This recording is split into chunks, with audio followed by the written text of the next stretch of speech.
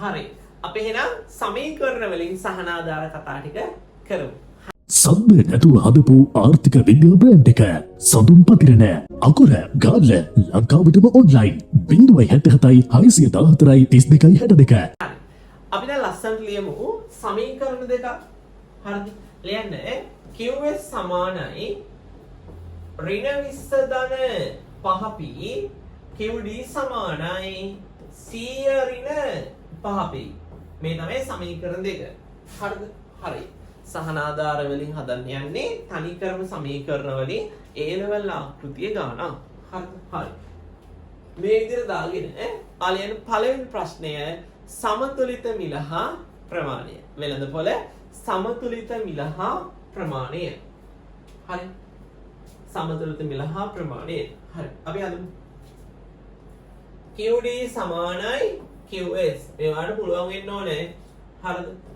QD 100 ඍණ 5p QS ඍණ 20 ධන 5p 20 මෙහෙට එනවා 100 ධන 20යි 5p අරහෙට යනවා 5p ධන 5p උත්තරේ වෙනවා 10p මෙතන උත්තරේ වෙනවා 120යි බෙදනවා 10යි බෙදනවා 10යි p වෙනවා 12යි සමතුලිත මිල 12යි.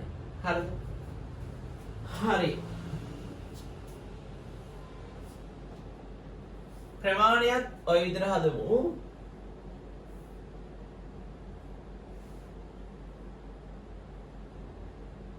හරිද? සමතුලිත ප්‍රමාණයත් හදන්නම් මම. හරිද? කොහොමද? QD සමානයි 100 ඍණ 5p 100 ඍණ 5 වැඩි කිරීම 12 100 ඍණ 5 12 60යි ප්‍රමාණයනවා 40. හරිද? ප්‍රමාණයනවා 40. 5 12 60යි 40.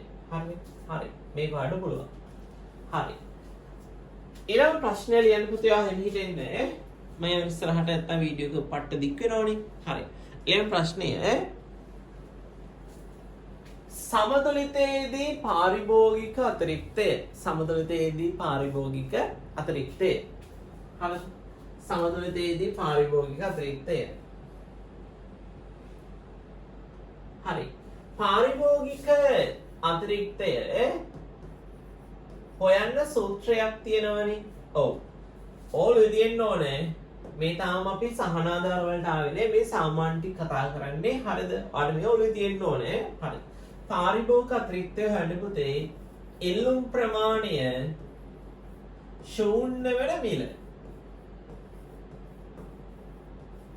අඩු කරනවා සමතුලිත මිල වැඩි කරනවා සමතුලිත ප්‍රමාණය බෙදනවා දෙකකින්. ඔය ඉල්ලුම් ප්‍රමාණය ශූන්‍ය වෙන මිලට පුතේ තව නමක් කියනවා උපරිම ඉල්ලුම් මිල කියලා. හරි. මේක අපි දන්නේ නැහැ තාම උපරිම ඉල්ලුම් මිල සමතුලිත මිල 12ක් කියලා දන්නවා. සමතුලිත ප්‍රමාණය 40ක් කියලා දන්නවා. බෙදන්න ඕන දෙකකින් කියලා දන්නවා. මෙයා දන්නේ නැහැ. එහෙම නේද? ඔව්. මෙන්න මේ ඉල්ලුම් ප්‍රමාණය ශූන්‍ය වෙන මිල කොහොමද හොයන්නේ? එල්ලුම් ප්‍රමාණයේ ශූන්‍ය වන මිල හොයන්නේ කොහොමද? මෙන්න මෙහෙම හොයන්නේ. එල්ලුම් ප්‍රමාණයේ ශූන්‍ය වන මිල හොයන්න පුතේ මුලින්ම ගන්න ඕනේ එල්ලුම් සමීකරණය. එල්ලුම් ප්‍රමාණය ශූන්‍ය වන මිල හොයන්න ගන්න එල්ලුම් සමීකරණය. සැපයුම් ප්‍රමාණයේ ශූන්‍ය වන මිල හොයන්න ගන්න සැපයුම් සමීකරණය.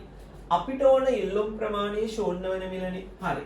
ලියනවා QD සමානයි 100 ඍණ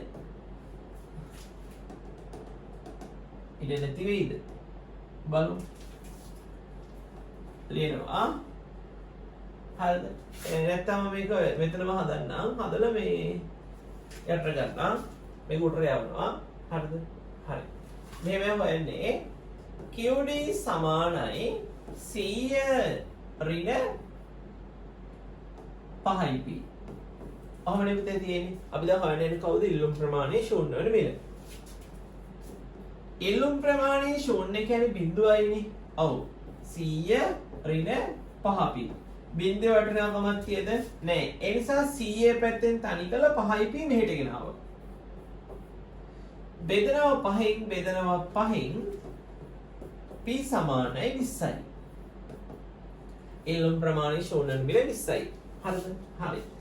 දැන් ඊට පස්සේ එල්ලුම් ප්‍රමාණය ශූන්‍ය මිල හෙව්වනේ. හරි. කීයද? 20යිනේ. හරි. ඒ නිසා මම මෙතන 20 දානවා. මේ ක්ලියර් නේද? හරි. දැන් තියෙන සෝල් කරන්න මම මේක දැන් මහනවා. හරි. 20න් 12ක් ගියාම 8යි 8 වැඩි කිරීම 40 බෙදීම 2 හරිද 8ෙන් 2 බෙදුව 4යි 4 40 160යි ඒ නිසා පාරිභෝගික අතිරික්තය වෙන 160ක් හරිද 160ක් වෙනවා පාරිභෝගික අතිරික්තය හරි 160යි පාරිභෝගික අතිරික්තය හරි මම ඊළඟට යනවා ඊළඟ ප්‍රශ්න පුතේ අපෙන් අහන්න පුළුවන්. තාම අපි සහනාධාර වලට ආවේ නැහැ. ඊළඟ ප්‍රශ්නේ අපෙන් අහන්න පුළුවන්. සහනාධාර නෙවෙයිනේ. අහන්න පුළුවන් සමතුලිතයේදී නිෂ්පාදන අතිරික්තය. සමතුලිතයේදී නිෂ්පාදන අතිරික්තය අපෙන් අහන්න පුළුවන්. සමතුලිතයේදී නිෂ්පාදන අතිරික්තය අපෙන් අහන්න පුළුවන්. හරි. ඔය හිතෙන්න මම හදනවා. පුතේ නිෂ්පාදන අතිරික්තය හොයන්නත් සූත්‍රයක් තියෙනවා. ඒ සූත්‍රය තමයි සමතුලිත මිල අඩු කිරීම අවම සැපයුම් මිල වැඩි කිරීම සමතුලිත ප්‍රමාණය සමතුලිත මිල අඩු කිරීම අවම සැපයුම් මිල වැඩි කිරීම සමතුලිත ප්‍රමාණය. හරිද? මේවා දැනගෙන ඉන්න ඕනේ. පුතේ සමතුලිත මිල 12ක් ආවා. අවම සැපයුම් මිල දන්නේ නැහැ. සමතුලිත ප්‍රමාණය 40යි බෙදීම 2. අවම සැපයුම් මිල හොයන්න යන්නේ අවම සැපයුම් මිල හොයන්නේ මේ විදිහට. ඔය අවම සැපයුම් මිල කියන්නේ පුතේ සැපයුම් ප්‍රමාණය ශූන්‍ය වෙන මිලට. අවම සැපයුම් මිල කියන්නේ සැපයුම් ප්‍රමාණය ශූන්‍ය වෙන මිලට. ඒ නිසා සැපයුම් ප්‍රමාණය ශූන්‍ය වෙන මිලට නිසා අවම සැපයුම් මිල කියන්නේ අපි ගන්නව සැපයුම් සමීකරණය.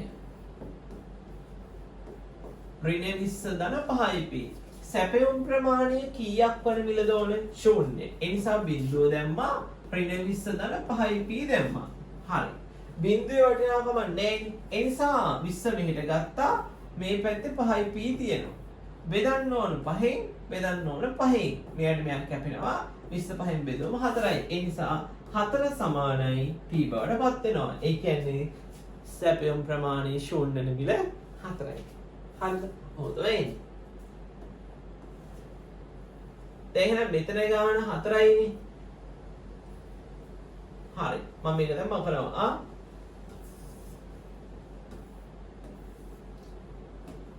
හරි දැන් සුළු කරනවා 12න් 4ක් ගියාම 8යි 8 වැඩි කිරීම 40 බෙදීම 2 උත්තරේ වෙනවා 160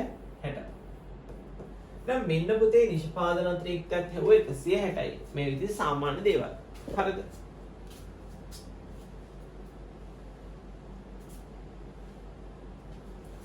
හරි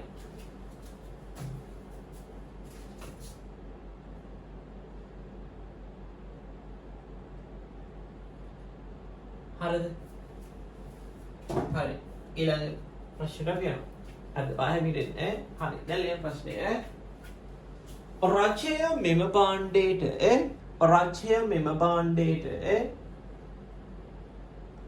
රජය මෙම භාණ්ඩයට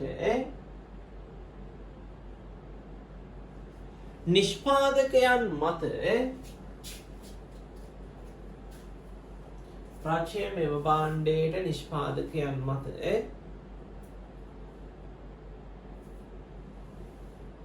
රුපියල් 4ක ඒකක සහනාධාරයක් රජය මෙම භාණ්ඩය මත රුපියල් 4ක ඒකක සහනාධාරයක් නිෂ්පාදකයන්ට ලබා දී නම් රජය රුපියල් 4ක ඒකක සහනාධාරයක් නිෂ්පාදකයන්ට ලබා දී නම්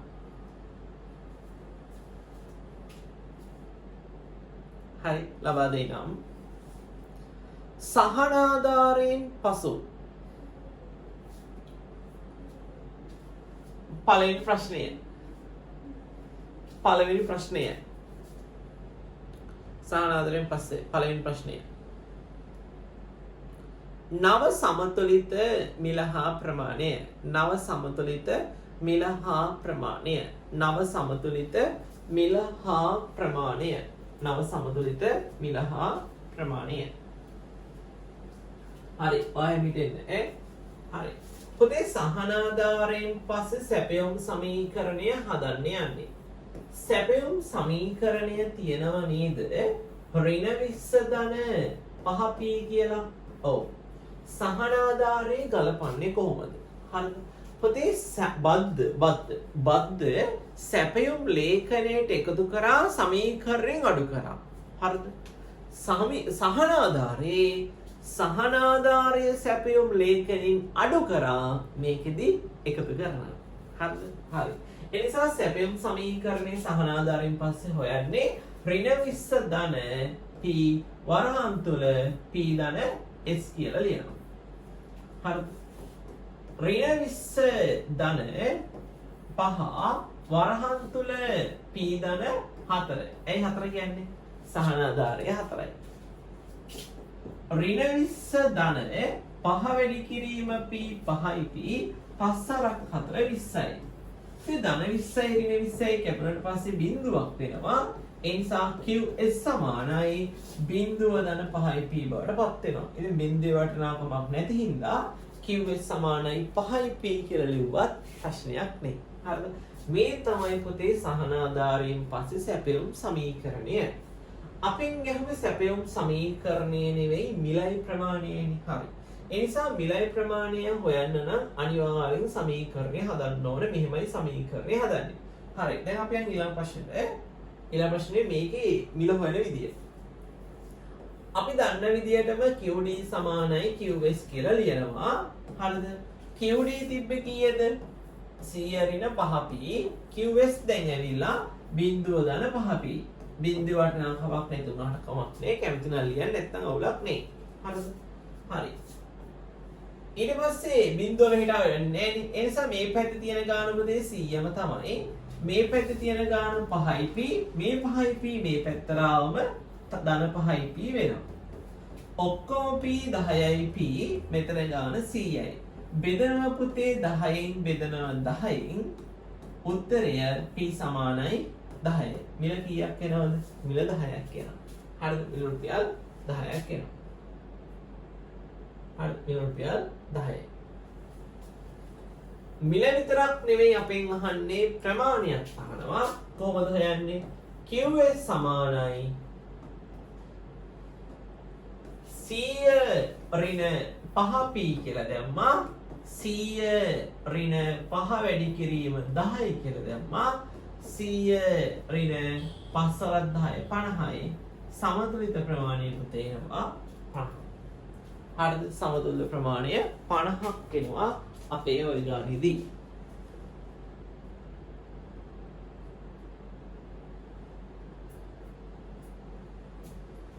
හරි ආයෙ හිටින්නේ මම යන ඉස්සරහට හරිද හරි ලේනේ ආයෙ හිටිනවා යන ඉස්සරහට ලේනේ රචේ සහනාධාර පිරිවැය කොපමණද රචේ සහනාධාර පිරිවැය කොපමණද රචේ සහනාධාර පිරිවැය කොපමණද රචේ සහනාධාර පිරිවැය කොපමණද හරි සහනාධාර පිරිවැය හොයන විදිය ඔයාලට මතකයිද සහනාධාර පිරිවැය හෙව්වේ සහනාධාරයේ ප්‍රමාණය වැඩි කරනවා පුතේ අපි සහනාධාරයෙන් පස්සේ සමතුලිත ප්‍රමාණය නේද හරි අපි ලියමු රචේ සහනාධාර පිරිවැය සමානයි රචේ පිරිවැය සමානයි සහනාධාරයේ ප්‍රමාණය වැඩි කිරීම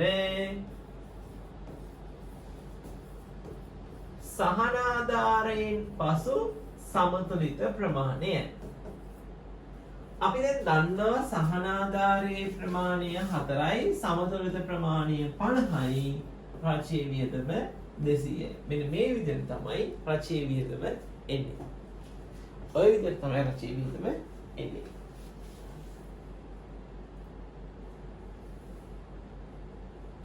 හරි. ඔය විදිහට එන්න මම යන ඉස්සරහට හරි. ඊළඟ ප්‍රශ්නය ලියන්න පුතේ සහනාධාරයෙන් පසු පාරිභෝගික අතිරික්තය. සහනාධාරයෙන් පසු පාරිභෝගික අතිරික්තය. සහනාධාරයෙන් පසු පාරිභෝගික අතිරික්තය. සහනාධාරයෙන් පසු පාරිභෝගික අතිරික්තය. හරිද? සහනාධාරයෙන් පසු පාරිභෝගික අතිරික්තය. හරි. පාරිභෝගික අතිරික්තයේ සමානනේ ඉල්ලුම් ප්‍රමාණය ශූන්‍ය වන මිල අඩු කිරීම සමතුලිත මිල වැඩි කිරීම සමතුලිත ප්‍රමාණය බෙදනවා දෙකේ. පොතේ ඉල්ලුම් ප්‍රමාණය ශූන්‍ය වන මිල කලින් අපි හැදුවා. කලින් අපි හෙව්වනේ පාරිභෝගික අතිරික්තය. එතෙන්ද ඉල්ලුම් ප්‍රමාණය ශූන්‍ය මිල අපිට 20ක්. හරිද? හරි. සමතුලිත මිල 10යි වැඩි කරනවා ප්‍රමාණය 50යි බෙදනවා දෙකකින්. 20න් 10ක් ගියාම 10යි නේද? 10 වැඩි කිරීම 50 500යි දෙකෙන් බෙදුවම පුතේ පාරිභෝගික අතිරික්තය එනවා 250. හරිද? හරි. මේ ප්‍රශ්නේ ස්ටොප් කරන්න මම යන්නේ ඉස්සරහට. ඊළඟ ප්‍රශ්නේ පුතේ අපෙන් අහන්න පුළුවන් සහනාධාරය හේතුවෙන් පාරිභෝගික අතිරික්තයේ සිදු වෙනස. සහනාධාරයේ හේතුවෙන් පාරිභෝගික අතිරික්තයේ සිදු වෙනස. එතකොට ඔක හොයනකොට වගක් දාලා තමයි ලියන්න තියෙන්නේ. අපි කලින් කිව්වේ සහනාධාරයේ හේතුවෙන් පාරිභෝගික අතිරික්තයේ සිදු වෙනස කොහොමද? දැන් ඇවිල්ලා 250යිනේ. කලින් ඇවිත් 160යි. ලියන කොහොමද? උඩින්. සහනාධාරයෙන් පසු පාරිභෝගික අතිරික්තය 250යි. ඊළඟ රෝලේ සහනාධාරයට පෙර පාරිභෝගික අතිරික්තය 160යි. වෙනස 90යිනේ. 90 ගානේ ලියනවා පාරිභෝගික අතිරික්තේ වැඩිවීම. ඒක ඔයා තනියෙන් කරන්න ප්‍රශ්නේ මම කරන්නේ නැහැ. හරි. ස්ටොප් කරන්න මම යනවා. ඊළඟ ප්‍රශ්නේ ලියන්න පුතේ සහනාධාරයෙන් පසු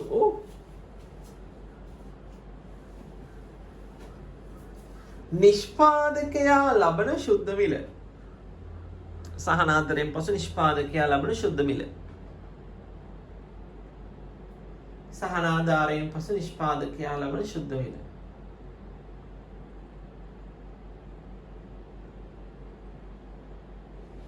හරි. සහනාධාරයෙන් පසු නිෂ්පාදකයා ලබන ශුද්ධ මිල. හරි. අහන්න. සහනාධාරයෙන් පසු නිෂ්පාදකයා ලබන ශුද්ධ මිල. හරි. හරි. අහන්න. නිෂ්පාදකයා ලබන ශුද්ධ මිල හොයන්නේ කොහොමද? පුතේ සහනාධාරයෙන් පස්සේ මිල ඇවිල්ලා රුපියල් 10යි නේද?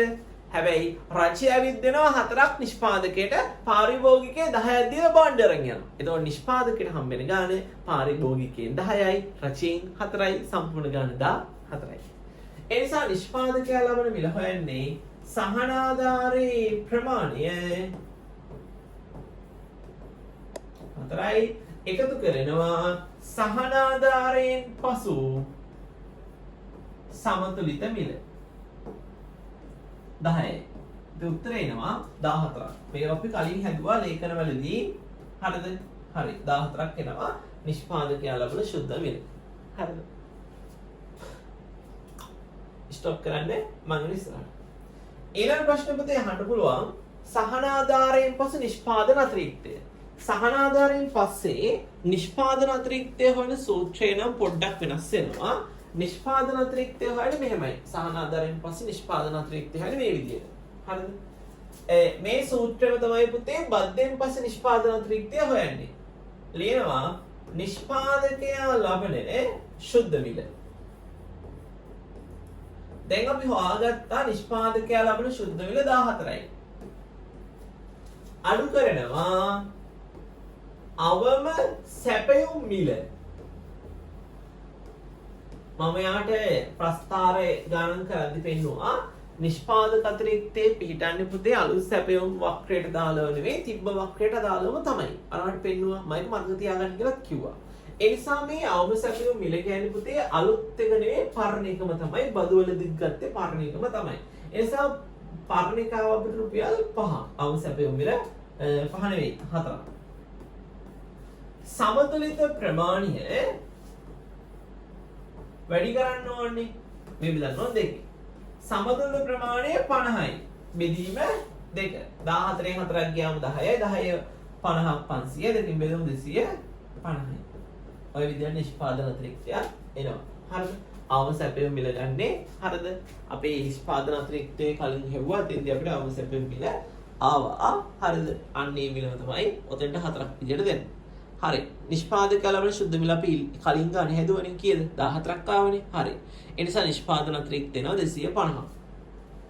ඔය නිෂ්පාදන අතිරික්තය හෙව්වට පස්සේ අහිනේ ස්ටොප් කරන්න මම මෙන්න ඊළඟ ප්‍රශ්නෙට අහන්න පුළුවන් ප්‍රශ්නේ තමයි නිෂ්පාදන අතිරික්තයේ සිදු වෙනස වගන්ති දාලා ලියන්න. හරිද? නිෂ්පාදන අතිරික්තයේ සිදු වෙනස දැන් වගන්ති දාලා ලියන්න පුළුවන් වුණාට අන්තිම ප්‍රශ්නය අහිමි වූ සමාජ සුබ සාධනය කොහොමද හොයන්නේ? අහිමි වූ සමාජ සුබ සාධනය හොයන්නේ සහනාධාරයේ ප්‍රමාණය වැඩි කරනවා සමතුලිත ප්‍රමාණයේ වෙනසෙන්. බෙදනවා දෙකේ. සහනාධාරයේ ප්‍රමාණය 4යි. පුතේ මේ බලන්න.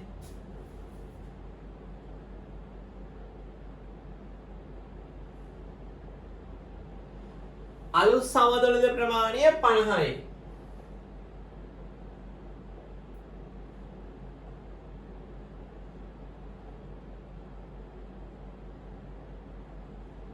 කලින් සමතුලිත ප්‍රමාණය 40යි. එතකොට සමතුලිත ප්‍රමාණයේ වෙනස කීයද? වෙනස ඇවිල්ලා 10යි. බෙදුන දෙකෙන් 4 වරක් 10 40යි. දෙකෙන් බෙදුවම 20යි. අහිමි සුළු සාධනය 20යි. අපි ගණන් ටිකත් ඉවරයි.